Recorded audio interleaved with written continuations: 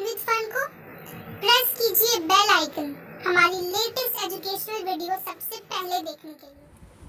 Welcome back guys, it's learn with fun. ये वाली video होने वाली है चैप्टर 5 पर, जिसका नाम है एमर्जिंग मोड्स ऑफ बिजनेस। इस वाली वीडियो का कोई भी पार्ट नहीं है, इसी वीडियो में आपका पूरा चैप्टर कंप्लीटेड है। आपको किसी और पार्ट पे जाने की कोई ज़रूरत नहीं है।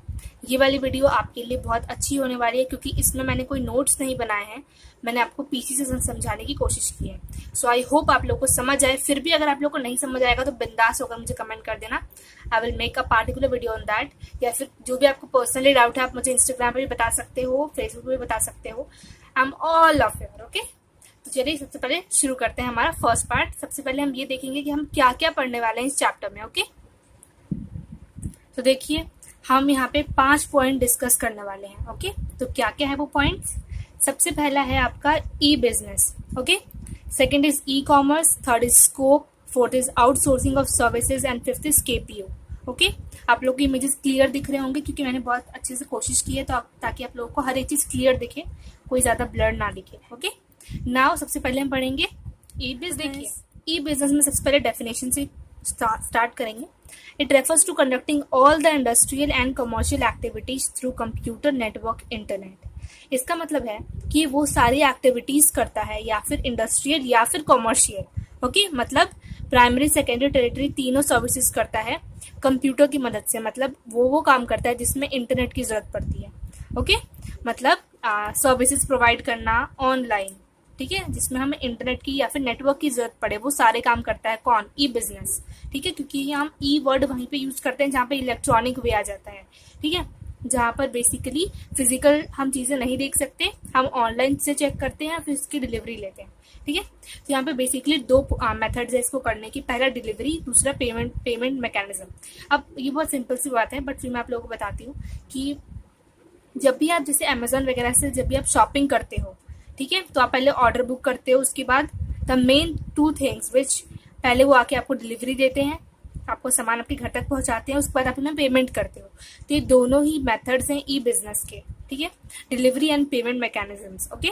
क्योंकि ई बिजनेस जो है वो इलेक्ट्रॉनिकली होता है, उसे फिजिकली हम मार्केट जाके परचेज वगैरह नहीं करते, इसमें इलेक्ट्रॉनिक करते हैं। मतलब घर पे बैठे बैठे सामान कहीं से भी बुक कर सकते हैं, किसी भी कंट्री का सामान हम बुक कर सकते हैं। तो ये होता है e business, okay. Now our second thing is e commerce. तो वो क्या है? E commerce. सबसे इंपॉर्टेंट बात, e commerce and e business are the same things. बिल्कुल सेम है, बस नाम अलग है, क्योंकि ई बिजनेस के भी सेपरेट नाम हो सकते थे, इसीलिए मैंने आपको अलग से समझाया है एक पूरा स्लाइड बनाकर कि ई बिजनेस और ई कॉमर्स सेम चीजें हैं, इसलिए आप देखोगे डेफिनेशन भी सेम है। इसके मेन एक्टिविटीज जो है वो रिसीविंग इन्फॉर्मेशन है, गुड्स का प्लेसिंग ऑर्डर्स है, डिलीवरी है, जो कि हम ई बिजनेस में मेनली किया जाता है, ओके। क्योंकि जब भी हम कोई सामान ऑर्डर करेंगे तो उसमें यही होता है, पहले वो हमसे इन्फॉर्मेशन लेते हैं, गुड्स हम कौन सा कलर का लेने वाले हैं, किस तरीके का होगा, ये लेते हैं, उसके बाद वो हमें डिलीवरी करते हैं, फिर हमसे पेमेंट ले लेते हैं, ओके। सो ये 4 चीजों पे बेस्ड होता है किसी भी चीज का ऑर्डर, ठीक है। आपको एग्जाम्पल से भी समझा सकती हूँ, बट वीडियो तो लंबी हो जाएगी, तो मैं आपको एग्जाम्पल बताती हूँ। जैसे फॉर एग्जाम्पल आपको फोन परचेज करना है, ठीक है। सबसे पहले क्या, जैसे हम जब टीवीज वगैरह में देखते हैं, तो होम शॉप 18 हो गया, ठीक है। टीवीज वगैरह में आप जब प्लेस करते हो ऑर्डर, सबसे पहले आपने कॉल करते हो नंबर पे, वो आपसे कहते हैं कि आपको कौन सी कलर का लेना है फोन, ठीक है। उनके पास 3-4 कलर्स होंगे, आपसे बोलेंगे कि आपको कौन सा कलर का लेना है, तो वो हो गया receiving information about goods, okay. Now उसके बाद वो आपको बोलेंगे कि 2 दिन बाद आपकी डिलीवरी हो जाएगी। तो आपने ऑर्डर प्लेस कर लिया, आपकी डिलीवरी हो गई, पेमेंट दे दिया, तो आपका खत्म हो गया, ओके। तो इट इज ई कॉमर्स। हम यहाँ पे फिजिकली मार्केट नहीं जा रहे, फोन को टच नहीं कर रहे, हम उन्हें सिर्फ देख रहे हैं और सामान को प्लेस कर रहे हैं, ऑर्डर ले रहे हैं, ओके। तो it is called e commerce, जहाँ पे फिजिकली जो हम चीजें खरीदने वाले हैं उसे टच नहीं करते, ओके। बिना देखे, मतलब बिना टच किए उस सामान को ऑर्डर कर लेते हैं, that is called e commerce, okay. अब next thing is clearly visible होगा, और देखिए वर्किंग भी है ये। Scope of e business. E business का स्कोप मतलब कहाँ पर ई बिजनेस का यूज हो। So scope of e business के 4 टाइप्स हैं। First B2B commerce, second B2C commerce, third intra B commerce, fourth C2C commerce. B2B commerce का मतलब है, यहाँ पे B वर्ड जो है वो बिजनेस के लिए यूज किया गया है। सो B2B का मतलब होता है बिजनेस टू बिजनेस, ओके। अब बिजनेस टू बिजनेस कौन सी कंपनीज यूज़ हो जाती हैं, जैसे अमेज़ॉन में जितने प्रोडक्ट्स होते हैं वो सब एक ब्रांडेड कंपनी होती है, तो कंपनी को ही रिलेट कर रही है कि तुम मेरा सामान बेचो। ओके, तो B2B बिजनेस का मतलब होता है जहाँ पे बिजनेस और बिजनेस मतलब दोनों ही बिजनेस हैं वो आपस में सामान खरीद रही हैं। Okay, so it is called B2B commerce. Okay, now the second is B2C commerce. इसका मतलब बिजनेस कस्टमर से इंटरेक्ट हो रही है। मतलब for example if you said, जैसे आप एग्जाम्पल से समझाती हूँ। फॉर एग्जाम्पल जैसे आप फ्लिपकार्ट्स वगैरह देखते हो, फ्लिपकार्ट एक ब्रांड हो गया, एक बिजनेस है, राइट। फ्लिपकार्ट से लोग कस्टमर्स जो हैं वो सामान खरीदते हैं और परचेज़ करके पेमेंट करते हैं। तो बेसिकली इसमें ये है कि इसमें जो एक पार्टी होती है वो एक फर्म होती है, ठीक है, एक इंडस्ट्री है, एक फर्म है, और जो सेकंड पार्टी है वो एक कस्टमर है जो सामान बेचना नहीं सिर्फ खरीदना पसंद करती है, राइट। और बिजनेस क्या होता है, जो गुड्स को खरीदे, सर्विसेज प्रोवाइड करे। Okay, now the third is intra B commerce. अब इंट्रा बी कॉमर्स क्या होता है, तो देखिए इंट्रा बी कॉमर्स का बेसिकली मतलब होता है कि जैसे आप for example I am just giving you ideas कि सबसे पहले जैसे एक बहुत बड़े लेवल का शॉपकीपर है, ठीक है, और वो राशन वगैरह करता है, ठीक है, राशन वगैरह सेंड मतलब लोगों को बेचता है। ओके, एक दिन उसकी शॉप पे क्या हुआ कि उसकी शॉप पे आटा ख़त्म हो गया, तो बहुत कम स्टॉक चाहिए था, मतलब कस्टमर ज़्यादा नहीं थे आटा के लिए, लेकिन फिर भी 2-3 लोग थे जिससे आटा चाहिए था। ओके, सो वो क्या करेगा, सर्टेन वो बहुत बड़े लेवल पे तो आटा नहीं मंगवाएगा क्योंकि बहुत कम लोगों को चाहिए, तो वो क्या करेगा, अपने आजू बाजू जितने राशन की दुकान होंगे उनमें से 1-2 पैकेट्स या जितने लोगों को चाहिए उतना मंगवा लेगा। तो ये क्या है, ये इंट्रा बी कॉमर्स है। मतलब वो ये भी राशन वाला है, मतलब इसमें 2 पार्ट्स, ऑफकोर्स एक बिजनेस है तो 2 लोग तो होंगे, तो जो पहला है वो भी एक राशन वाला है, शॉप चलाता है, जो सेकंड है वो भी एक राशन वाला शॉप चलाता है। लेकिन यहाँ पे डिफरेंस क्या है कि थोड़े बहुत सामान के लिए अगर हमें सामान मंगवाना है तो हम राशन वाले से ही मंगवाएंगे। मतलब इंट्रा बी कॉमर्स में ये होता है कि जो दोनों पार्टीज़ होती हैं वो दोनों ही बिजनेस के तरीके से होती हैं, ठीक है। अब इसमें B2B कॉमर्स क्यों नहीं कहा गया, ये भी इसमें एक डिफरेंस है, क्योंकि B2B कॉमर्स जो है वो बहुत बड़े लेवल पे काम करती है, राइट, और जो इंट्रा बी कॉमर्स है वो बहुत छोटे लेवल पे काम करती है। 1 किलो 2 किलो सामानों के लिए आप एक्सचेंज कर सकते हो, राइट। अगर इसको इस चीज़ की ज़रूरत है तो आप उससे ले सकते हो। आपने नोटिस किया होगा जब आप बाहर शॉप वगैरह पे जाते हो, कुछ खरीदने के लिए जाते हो, तो लोग यही करते हैं, अगर उनके पास कोई चीज़ स्टॉक में नहीं होती, लोग कम हैं, मांगने वाले कम हैं, तो वो क्या करेंगे, किसी और की दुकान से फटाफट खरीद कर आपको दे देंगे, ठीक है। वही अगर कोई बहुत मतलब जैसे बहुत बड़ा स्टॉक है, फॉर एग्जांपल 10,000 का चाहिए, आप 10,000 किलो सामान चाहिए, तो वो क्या करेंगे, बिजनेस के पास जाएंगे, होलसेल में सामान खरीदेंगे, तो वो अलग चीज़ हो गई, वो B2B कॉमर्स में आ गया। Okay, now fourth thing is C2C commerce. अब देखो C2C कॉमर्स का बेस्ट एग्जांपल OLX है। क्यों, क्योंकि वहाँ पे लोग सामान बेचते भी हैं, खरीदते भी हैं। बेचने वाला होता है वो भी एक कस्टमर है, खरीदने वाला है वो भी एक कस्टमर है। अगर आप OLX के ब्रांड के हिसाब से देखोगे तो दोनों कस्टमर्स हैं, कस्टमर ही सामान दे रहा है, कस्टमर ही सामान ले रहा है। ओके, तो C2C commerce is a customer brand, जहाँ पे एक कस्टमर, दोनों जो पार्टीज है वो दोनों ही कस्टमर्स हैं, एक सामान बेचेंगी दूसरी खरीदेंगी। Okay, now our next topic is benefit of e business या फिर ई कॉमर्स। सबसे पहले यहाँ पे बेनिफिट ये है, सबसे पहला वर्ल्ड वाइड रीच। अब देखिए, ज़रूरी नहीं है कि अगर हम इंडिया में रहते हैं तो हम अमेरिका का सामान नहीं खरीद सकते, पहले नहीं होता था, बट अब ई बिजनेस की वजह से ये हो सकता है। अगर हम इंडिया के वो है सिटीजन है तो तब भी हम अमेरिका, चाइना, कहीं से भी सामान खरीद सकते हैं। तो ये क्या है, वर्ल्ड वाइड रीच। कोई भी कंट्री किसी भी कंट्री का सामान बहुत इजीली परचेज कर सकती है, डिलीवरी दे सकती है। Okay, now second is shortening the supply chain. अब ये क्या है, देखिए पहले ये था कि प्रोड्यूसर होलसेलर के पास बोलते थे मेरा सामान ले लो, होलसेलर रिटेलर के पास, रिटेलर फिर शॉपकीपर के पास, फिर शॉपकीपर कस्टमर के पास। कितने सारी चीजें होंगी, 5 लोग आ गए इसमें, राइट।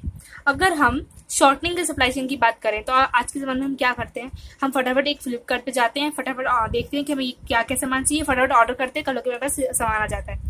तो ये शॉर्ट हो गया है, मतलब प्रोड्यूसर डायरेक्टली क्या कर रहे हैं, कस्टमर्स के पास सप्लाई दे दे रहे हैं। तो ये क्या हो रहा है, शॉर्टिंग द सप्लाई चेन, मतलब जो बहुत बड़ा लेवल था होलसेल, रिटेलर, उन सबको हटाकर डायरेक्टली प्रोड्यूसर टू कस्टमर कर दिया गया है। Okay, now third is easy distribution process. Of course easy distribution तो है, क्योंकि देखिए जैसे कोई भी सामान अगर नेट पे लॉन्च होता है, अगर आप खुद सोचो, अगर आप फिजिकली कोई, जैसे फॉर एग्जांपल जब आजकल मोबाइल फोन्स बहुत ज़्यादा लॉन्च हो रहे हैं, तो आप खुद सोचो अगर मोबाइल फोन्स पर्सनली एक शॉप पे लॉन्च होते हैं लोगों को देना पड़ता हमें जाकर कि प्लीज चेक कर लीजिए, जैसे पहले जमाने के लोग करते थे, घर घर तक जाते थे, उन्हें सामान देते थे, बोलते थे कि प्लीज देखिए ये सामान बहुत अच्छा है, ऐसी क्वालिटी ऐसी है, इसकी क्वालिटी वैसी है। आज के टाइम पे क्या हो गया है, ऑनलाइन लॉन्च होने शुरू हो गए हैं। ऑनलाइन लॉन्च होने का ये फायदा है कि लोग अपने घर पे ही, बाहर निकलने की जरूरत ही नहीं है। जो सामान बेच रहा है वो भी अपने घर से बेच रहा है, और जो खरीद रहा है वो भी अपने घर से खरीद रहा है। ऑनलाइन फटाफट इंटरनेट पे वो लोग देख लेते हैं कि आज इन सामान का लॉन्च है या फिर इस वाली कंपनी का लॉन्च है, फटाफट ऑर्डर प्लेस कर देते हैं, कल उनके पास ऑर्डर आ जाता है। तो ये सबसे बेस्ट है इजी डिस्ट्रीब्यूशन प्रोसेस, इसी को कहा गया है, क्योंकि यहाँ पे जो प्रोसेसिंग है, जो बहुत बड़ी प्रोसेसिंग होती थी, फिजिकली लोगों के पास जाना, देना सामान, राइट, उन्हें पहले क्वालिटी बताना, फिर वो चेक करेंगे, उन्हें लगा कि नहीं, फिर वो और 3-4 लोगों को बताएंगे इसके बारे में, after that they will purchase the material. But आजकल ऐसा नहीं है, सारे फीचर्स, सारे कंटेंट आपको ऑनलाइन ही मिल जाते हैं चीज़ों के। Okay, now quick solution to doubts. Of course आजकल फीडबैक का ज़माना है।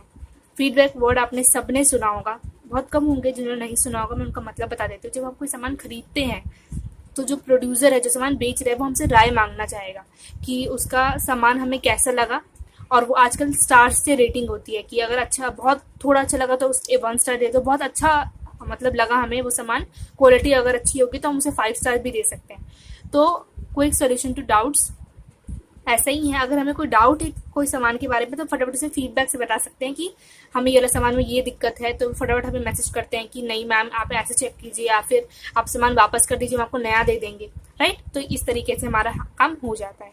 Now saving of time, of course there is a huge saving of time. अगर आप फिजिकली मार्केट जाओगे सामान खरीदने के लिए तो आपको मैक्सिमम आधा 1 घंटे से ज्यादा लग जाता है। मैक्सिमम 1 घंटे तो मैंने ज्यादा ही कम ही बोला। आई थिंक जब मैं मार्केट जाती हूँ कोई सामान परचेज करने के लिए तो आई थॉट अगर मैं 1 बजे निकलती तो कम से कम शाम के 3-4 बजे तक मैं घर आती हूँ।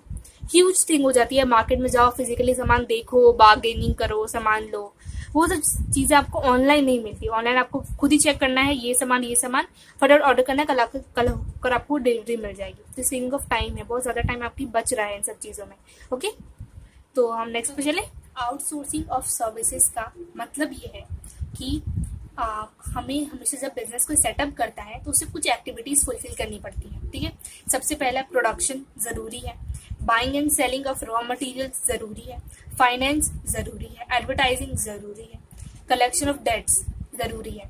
लेकिन इनमें से कुछ काम वो खुद ही करना चाहेगा।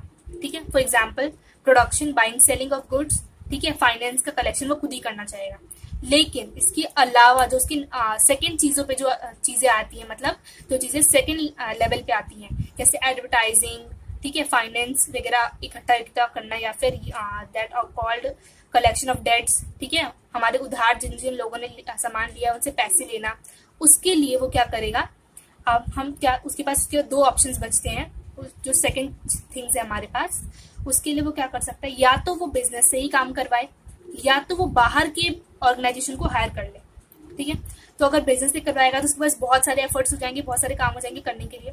बट अगर वो बाहर से करवाएगा तो सिर्फ उसे पैसे पेमेंट करनी है। ठीक है, और इस चक्कर में क्या होगा कि वो जो अपना उसका जो कोर बिजनेस है, मतलब जिस चीज के लिए उसने अपना बिजनेस सेटअप किया है, बाइंग एंड सेलिंग, ठीक है, उस पर वो ज्यादा फोकस कर पाएगा, राइट। तो इसका डेफिनेशन भी यही है, it refers to obtaining some services from outside. इसका मतलब ये है कि हम कुछ सर्विसेज या कुछ लोगों को बाहर से हायर कर लेते हैं अपने ऑर्गेनाइजेशन के वो काम करने के लिए जो कि हमारे ऑर्गेनाइजेशन में हम करें ना करें बात बराबर है। ठीक है, हम बाहर किसी से करवा सकते हैं इन कॉस्ट इफेक्टिव मैनर। ये बहुत ज्यादा इंपॉर्टेंट है कि ऐसा भी ना हो कि हम लोगों को इतने ज्यादा अमाउंट पे हायर कर ले, इतनी ज्यादा सैलरी पे हायर कर ले कि हमारा प्रॉफिट ही उसकी वजह से कम आए। ठीक है, या फिर हमारे प्रॉफिट का बहुत बड़ा हिस्सा उनकी सैलरी में चला जाए, ऐसा नहीं होना चाहिए। हमें सिर्फ उतना ही अमाउंट पे करना है उन सैलरीज के रूप में जितना हम एज अ अपने एम्प्लॉयज को दे सकें। ठीक है, इसलिए आउटसोर्सिंग ऑफ सर्विसेज इसलिए यूज किया जाता है कि हम अपने जो बेसिकली हमारा जो काम है हम उस पर कॉन्सेंट्रेट कर सके, और जो हमारा अनएक्सपेक्टेड काम है या फिर वो काम है जिसपे हमें ज्यादा ध्यान नहीं देना चाहिए, हम किसी और से भी करवा सकते हैं। ठीक है, जिसके पास हमारे पास ऑप्शन आ जाते हैं कि हाँ ये काम हमें ही करना है, सिर्फ हम, हमारे अलावा कोई और नहीं कर सकता, और अगर कोई और करेगा तो बहुत ज्यादा रिस्की होगा। ठीक है, बट जैसे एडवर्टाइजिंग है, हमें करना जरूरी है लेकिन हम नहीं कर सकते, उसके लिए कोई और कंपनी हमें हायर करनी पड़ेगी। तो ये सब काम होता है आउटसोर्सिंग, कोई और कंपनी हमारा काम देख लेगी, बस हमें बदले में क्या करना है, उनके लिए पेमेंट्स करनी है। ठीक है, तो ये होता है outsourcing of services. I hope आप लोगों को समझ आ गया होगा। देखिए, मेरा मतलब ये नहीं है कि मैं अगर पीसी में आपको समझा रही हूँ डजंट मीन कि अगर आपके डाउट्स होंगे तो मैं सॉल्व नहीं करूंगी, नहीं नहीं, मैं ऐसा कुछ नहीं कह रही। आपको हो सकता है अभी भी डाउट हो, क्योंकि डाउट तब आते हैं जब लोग समझना शुरू करते हैं। तो अगर आपको डाउट है तो मैं ऑलरेडी अपने चैनल पे डाउटेड वीडियोस बना चुकी हूँ, उसका लिंक आपको मेरे डिस्क्रिप्शन या फिर आई बटन पे मिल जाएगा, आप देख सकते हो। कभी भी स्टूडेंट्स में से आके बोलेंगे कि प्लीज़ मुझे डाउट है इस चीज़ में, तो मैं कभी उन्हें डिनाई नहीं करती, उन पे वीडियोस बना देती हूँ। तो अगर आपको अभी भी लगता है कि वीडियोस आपको नहीं समझ आया है तो प्लीज़ मुझे बताइएगा आपको कौन सा टॉपिक नहीं समझ आया, पूरा चैप्टर नहीं समझ आया है। I will make short videos on that, तो आप लोगों को और अच्छे से समझ आ जाएगा, ठीक है। क्योंकि मैं भी अपने तरफ से एफर्ट्स लगा रही हूँ चीज़ों करने में। आप इमेजिन नहीं करोगे how I am shooting that video, बहुत मेहनत से मैं I am shooting this video, okay. क्योंकि मैंने अभी सेकंड चैनल भी स्टार्ट किया है, तो उसमें मुझे वीडियोस डालने होते हैं। फटाफट जाके उस चैनल को सब्सक्राइब कर दो प्लीज़, ठीक है। देखिए, तो आप लोगों को काफ़ी कुछ वर्डिंग नहीं समझ आ रही होगी पिछले वीडियो में, for that reason I zoom किया है मैंने थोड़ा। तो उसके बाद नेक्स्ट है नेचर। तो नेचर सबसे पहला है इंक्रीज इफिशियंसी ऑफ कॉस्ट। अब अगर हम कोई चीज़ आउटसोर्स कर देंगे, आप अपने ऊपर सोचो। For example you are a student, ठीक है, आपके पास 5 होमवर्क है, राइट। आप उनमें से 3 होमवर्क अपने किसी छोटे भाई बहन से करवा लेते, तो आपके पास क्या बचा, सिर्फ 2 होमवर्क बचा। तो example there is a 5 homework और 5 सब्जेक्ट्स, उसमें मैथ्स भी है, इंग्लिश भी है, एसएसटी भी है, हिंदी भी है, मैथ्स तो हो गया, अकाउंट्स भी है, ओके।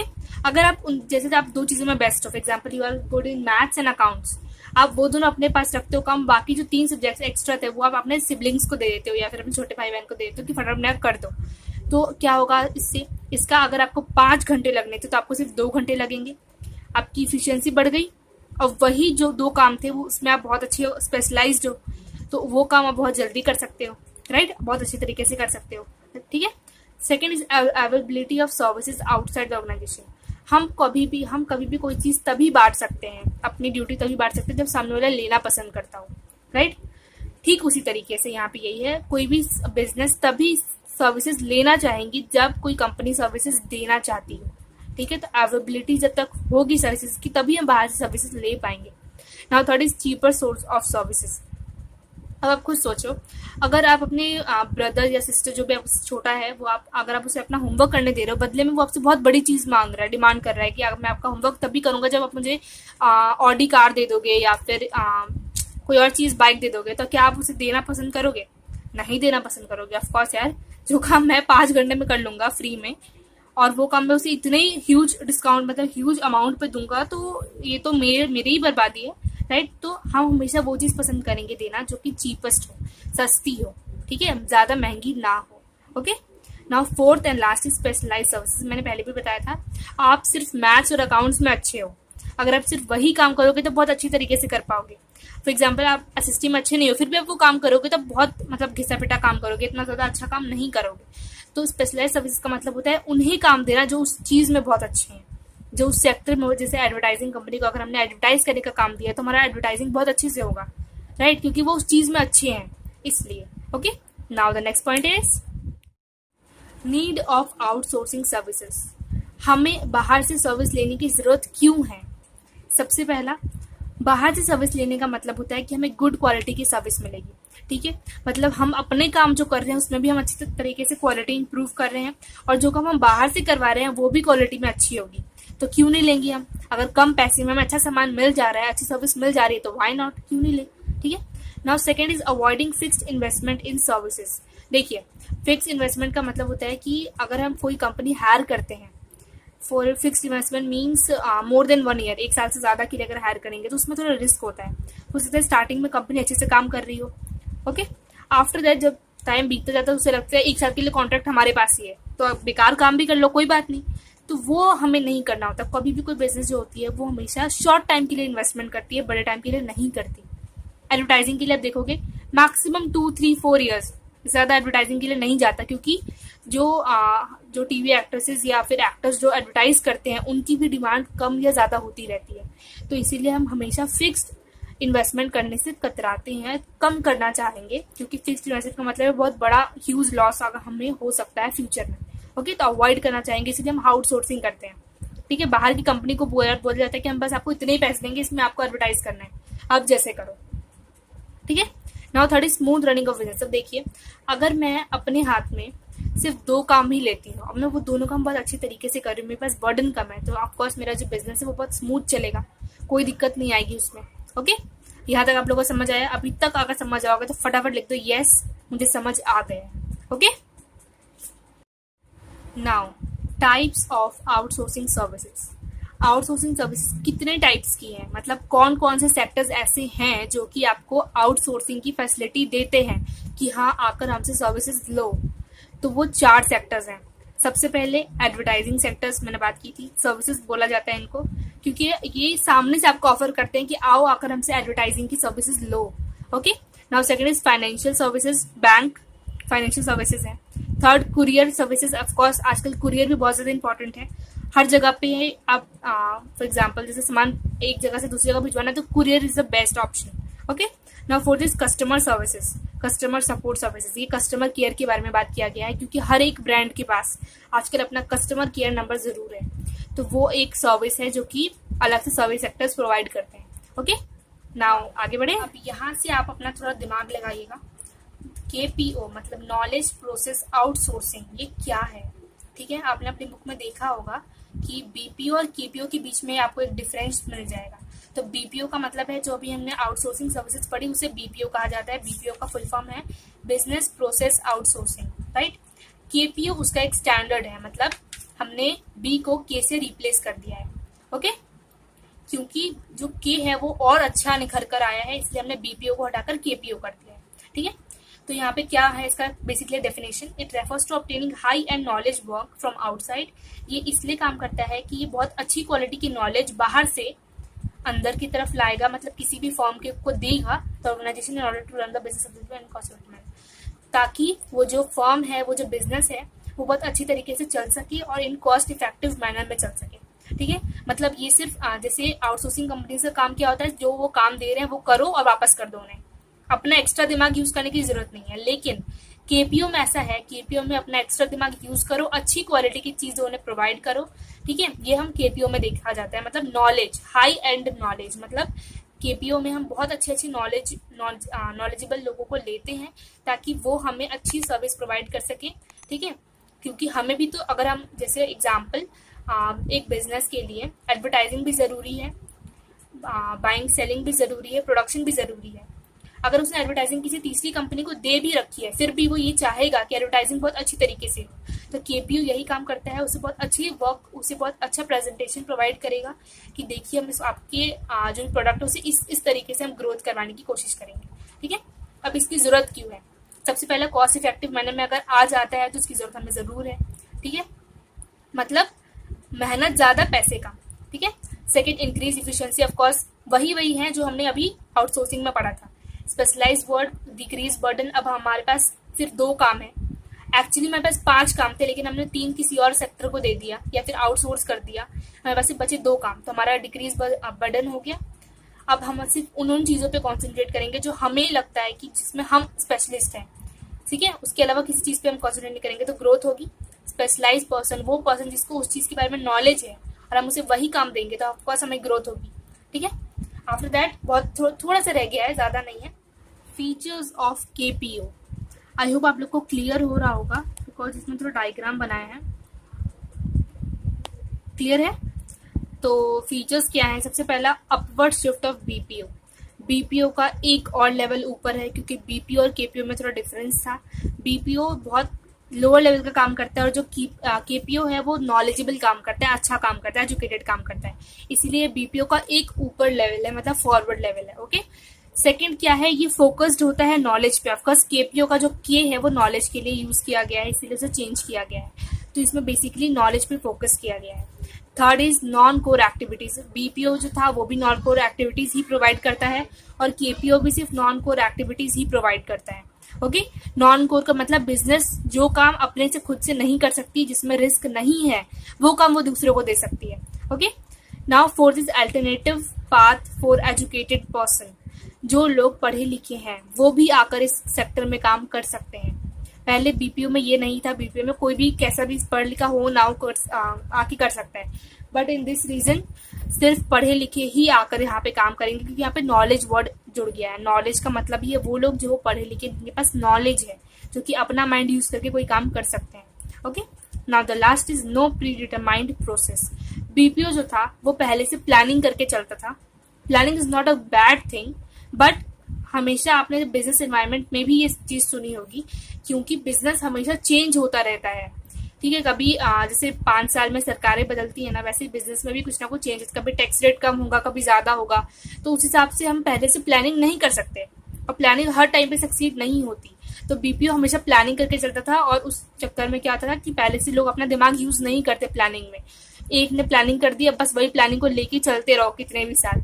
वो चीज केपीओ ने हटा दी। केपीओ ने कहा कि जब कोई काम उनके पास आएगा उस टाइम पे वो लोग सोचेंगे कि कैसा माहौल है, कैसा इन्वायरमेंट है, टैक्स रेट कितना है, गवर्नमेंट कौन सी है, किस चीज पे ज्यादा फोकस कर रही है, उसके हिसाब से हम उसे एडवर्टाइज करना शुरू करेंगे। अगर आप खुद सोचो, आप भी जैसा माहौल चल रहा है, कोरोना का चल रहा है, फॉर एग्जाम्पल अगर एडवर्टाइज करवाना होता, ये जो क्लोजअप का आप जो एड्स देखते थे, क्लोजअप का एड क्यों बंद हुआ? क्योंकि the basic reason was that कि अभी के टाइम पर it's not good for them to being close, right? तो अवॉइड करना चाहिए, सोशल डिस्टेंसिंग रखनी चाहिए। इस वजह से जो क्लोजअप का एड है वो अलग हो गया, मतलब अभी नहीं आ रहा था। अगर केपीओ यूज है तभी तो सर्विसेज में थोड़ा दिमाग है, एडवर्टाइजिंग सेक्टर्स में थोड़ा दिमाग है कि अभी वो उन चीजों को प्रमोट कर रहे हैं जो कि हेल्थ के लिए अच्छा है, इम्यूनिटी बूस्टर है, उन चीजों को प्रमोट किया जा रहा है, वो नॉलेजेबल है। अगर अभी भी बीपीओ चल रहा होता है तो फिर वही घिसी पिटी जो हमारे पास पहले से थी वही एड्स आ रहे होते, कोई भी चेंज नहीं होगा। ओके, लास्ट पॉइंट इज सबसे बड़ा difference between KPO services, BPO services. सबसे पहले केपीओ सर्विसेज की बात करेंगे। लीगल सर्विसेज में केपीओ यूज है क्योंकि उसके पास नॉलेज है, लीगल चीजों में वो बहुत जल्दी यूज हो सकता है। डाटा एनालिसिस, किसी भी कंपनी का डाटा एनालाइज करना कि वो कहाँ पे गड़बड़ कर रहा है, कहाँ पे उसके अकाउंट्स में गड़बड़ है, कहाँ पे उसकी प्रोडक्शन में गड़बड़ है, वो एक नॉलेज पर्सन ही कर सकता है। ठीक है, तो बेसिकली क्या है, केपीओ जो है वो नॉलेज पर्सन के लिए है, बीपीओ जो है वो एक ऑर्डिनरी पर्सन के लिए जिसे ज्यादा नॉलेज नहीं है। ठीक है, नाउ एनिमेशन और डिजाइन ये सिर्फ एक नॉलेज पर्सन कर सकता है। मेडिकल सर्विसेज नॉलेज पर्सन कर सकता है। ट्रेनिंग कंसल्टिंग नॉर्मल मतलब नॉलेजेबल जो पर्सन है, जो बहुत ज्यादा पढ़ा लिखा है, वो यूज कर सकता है। ओके, और इसमें बीपीओ में देखिए एडवर्टाइजिंग सर्विसेज कोई भी कर सकता है, बेसिकली टेक्निकल सपोर्ट्स कोई भी कर सकता है, कुरियर सर्विसेज किसी और से करवाया जा सकता है, सेलिंग एंड इंश्योरेंस पॉलिसी कोई भी कर सकता है। ठीक है, तो केपीओ बहुत ज्यादा ह्यूज है, बहुत बड़ा कॉन्सेप्ट है, बीपीओ छोटा कॉन्सेप्ट है। ओके, तो यहाँ पे आपके लिए खत्म होता है and thank you so much for all your support and appreciation.